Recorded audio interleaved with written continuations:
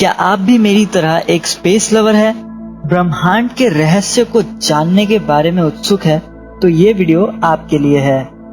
इस वीडियो में सारे फैक्ट्स आपको चौंकाने वाली है और कुछ शायद डरा भी दे। मैं दीपंकर रॉय आप सभी का स्वागत करता हूँ सच्ची फैक्ट्स में। Fact number 1, speed of light. Her space lover कभी ना कभी ये सोचता है कि वो लाइट की स्पीड से सैर करते हुए मिनटों में दूसरे प्लेनेट तक पहुंच जाएगा। लेकिन क्या आपको पता है, अगर रियलिटी में पॉसिबल होता तो लाइट के स्पीड से सैर करने पे मजा कम और खतरा ज्यादा होता। हाइड्रोजन गैस किसी लाइट स्पीड से जाने वाले ऑब्जेक्ट के संपर्क में आते ही रेडियो एक्टिव हो जाती है। इतना रेडियो एक्टिव हो जाती है कि आसानी से एक इंसान की जान ले ले। साथ ही साथ स्पेसशिप के इलेक्ट्रॉनिक्स को बर्बाद करने की क्षमता भी रख सकती है। बहुत कम अमाउंट का हाइड्रोजन गैस अगर किसी लाइट स्पीड ऑब्जेक्ट से टकराई तो लार्ज हेड्रॉन कोलाइडर द्वारा प्रस्तुत प्रोटॉन बीम के समान रेडियो एक्टिव बन सकती है। और अगर आप स्पेस लवर हैं तो आपको पता होगा कि आउटर स्पेस में हाइड्रोजन गैस की कमी नहीं है। Fact number 2, Venus. Solar system में ये दूसरा प्लेनेट है और रात के अंधेरे में चांद के बाद यही सबसे चमकदार प्लेनेट है। इस ग्रह का नाम Roman goddess of love Venus के ऊपर रखा गया है। लेकिन ये ग्रह किसी नरक से कम नहीं। सोलर सिस्टम का दूसरा ग्रह होने के बावजूद भी ये सबसे गर्म ग्रह है। वजह है इसका एटमॉस्फेयर। वीनस के एटमॉस्फेयर में कार्बन डाइऑक्साइड इतना ज्यादा है कि भारी मात्रा में ग्लोबल वार्मिंग देखी जाती है। इसका एटमॉस्फेरिक प्रेशर अर्थ के मुकाबले 93 टाइम्स ज्यादा होता है। वीनस का सरफेस टेम्परेचर की बात करें तो वो 462 डिग्री होती है। अजीब बात तो ये है कि वीनस का एक दिन इसके एक साल से बड़ा होता है। वीनस का एक दिन पृथ्वी के 243 दिन में पूरा होता है। वही वीनस का एक साल पृथ्वी के 224 दिन में पूरा होता है। यानी कि जो वीनस में पैदा हुआ उसके ऐसे पूरे साल birthday. Fact number 3, the moon. चांद हमारे जीवन में एक बहुत ही इम्पोर्टेंट रोल प्ले करती है। ईद हो या करवा चौथ, बिना चांद के दोनों त्योहार अधूरा है। अगर आप एस्ट्रोलॉजी में मानते हैं तो वहाँ भी चांद का एक बहुत ही इम्पोर्टेंट रोल है। लेकिन क्या आपको पता है, हमारे प्यारे चंदा मामा हर साल हमसे 4 सेंटीमीटर दूर जा रहे हैं। जोक्स अपार्ट, 4 सेंटीमीटर की दूरी फिलहाल तो बहुत कम लग रही है, लेकिन एक टाइम के बाद ये हमारे प्लेनेट पे ह्यूज इफेक्ट डाल सकता है। चांद के दूर जाने की वजह से अर्थ का रोटेशन स्पीड कम हो जाएगी। इतना स्लो हो जाएगी कि एक दिन 720 घंटे से भी ज्यादा हो जाएगा और समंदर की लहरें भी बंद हो जाएगी। फैक्ट नंबर 4, रोग प्लैनेट्स। ये सोलर सिस्टम के दूसरे प्लैनेट की तरह ही नॉर्मल प्लैनेट होते हैं। फर्क सिर्फ इतना है कि इनका कोई सूरज नहीं होता। किसी कारण से ये अपने सोलर सिस्टम से बिछड़ जाते हैं और अंतरिक्ष में भटकते रहते हैं। रोग प्लैनेट का एक एग्जाम्पल है शाह 110913773444।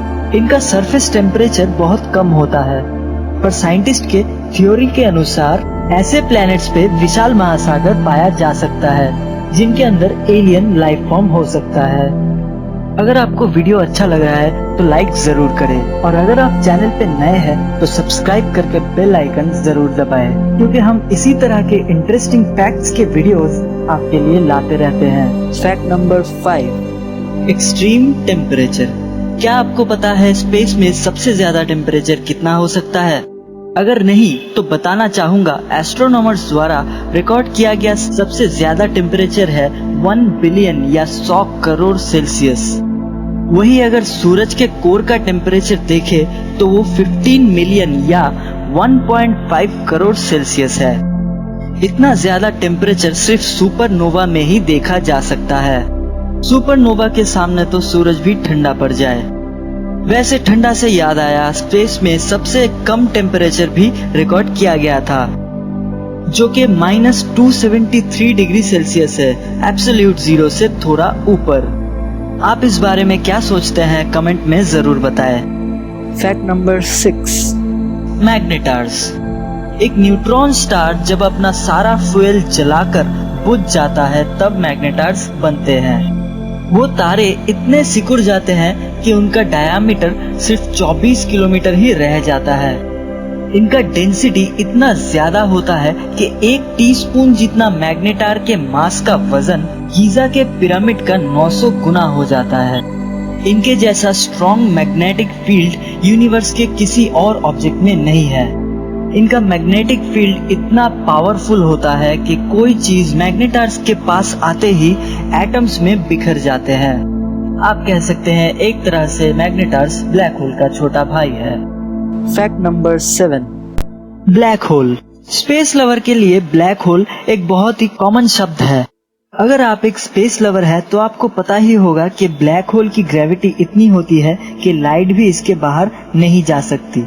लेकिन क्या आपको पता है कि ब्लैक होल को लेके एस्ट्रोनॉमर्स के कुछ थ्योरीज भी हैं। उनका मानना है कि एक छोटा सा ब्लैक होल भी सोलर सिस्टम के प्लैनेट्स को अपनी ऑर्बिट से बाहर फेंक सकता है, सूरज को बहुत सारे टुकड़ों में तोड़ सकता है। सिर्फ यही नहीं, एक ब्लैक होल करोड़ों किलोमीटर पर सेकंड की स्पीड से ट्रैवल कर सकती है और अपने आसपास ऐसे तबाही मचा सकती है जैसे तूफान गांवों को उजाड़ के चली जाती है। Fact number 8, gamma ray. आप इसे अंतरिक्ष का लेजर बीम भी बुला सकते हैं। गामा रे बर्स्ट को पूरे ब्रह्मांड का सबसे खतरनाक एक्सप्लोजन कहा जाता है। ये एक तरह का हाई फ्रीक्वेंसी इलेक्ट्रोमैग्नेटिक रेडिएशन होता है जो कि सुपरनोवा से पैदा होते हैं। गामा रे बर्स्ट 1 मिलीसेकंड में इतनी एनर्जी जनरेट कर सकता है जितनी हमारा सूरज अपने पूरे लाइफ स्पैन में नहीं कर सकता। ऐसी खतरनाक एक रे अगर पृथ्वी से टकराई तो पूरे ओजोन लेयर को 1 सेकंड में बर्बाद कर सकती है। कुछ साइंटिस्ट का ये भी मानना है कि 44 करोड़ साल पहले एक गामा रे पृथ्वी से टकराई थी और जिसकी वजह से एक मास एक्सटेंशन हुआ था। माना जाता है कि ये एक्सटेंशन ऑर्डोविंशियन पीरियड के अंत में हुआ था। Fact number 9, dark matter and dark energy. क्या आपको पता है आपकी बॉडी, आपका फोन, यहाँ तक कि पृथ्वी, सूरज, तारे, ये सब जो मैटर से बने हैं वो ऑर्डिनरी मैटर है जो कि पूरे यूनिवर्स का सिर्फ 5% है। अब अगर आप ये सोच रहे हैं कि बाकी का यूनिवर्स किस चीज से बना है तो आपको बता दूं, बाकी 95% यूनिवर्स डार्क मैटर और डार्क एनर्जी का बना हुआ है। 26.8% डार्क मैटर और 68.3% डार्क एनर्जी है। इन दो चीजों के बारे में साइंटिस्ट के पास बहुत कम इंफॉर्मेशन है और यही वजह है कि इन दोनों चीजों का नाम पड़ा डार्क मैटर और डार्क एनर्जी। साइंटिस्ट का मानना है यूनिवर्स जो एक्सपैंड कर रही है वो डार्क एनर्जी के वजह से ही एक्सपैंड कर रही है। Fact number 10, musculoskeletal atrophy. अगर आपको लगता है स्पेस में जाना, जीरो ग्रेविटी में तैरना कूल बात है तो बता दूं इसका एक डाउन साइड भी है। जीरो ग्रेविटी में अपने मसल्स को बरकरार रखना अर्थ में जिम करने से भी ज्यादा कठिन होता है। इंटरनेशनल स्पेस स्टेशन के अंदर एस्ट्रोनॉमर में सिर्फ 6 हफ्ते के अंदर ही मस्क्यूलोस्केलेटल एट्रोफी देखा गया है। इसका मतलब है सिग्निफिकेंट अमाउंट से एस्ट्रोनॉमर्स में मसल और बोन्स को घटते हुए देखा गया है। आज के वीडियो में बस इतना ही, मिलते हैं अगले वीडियो में।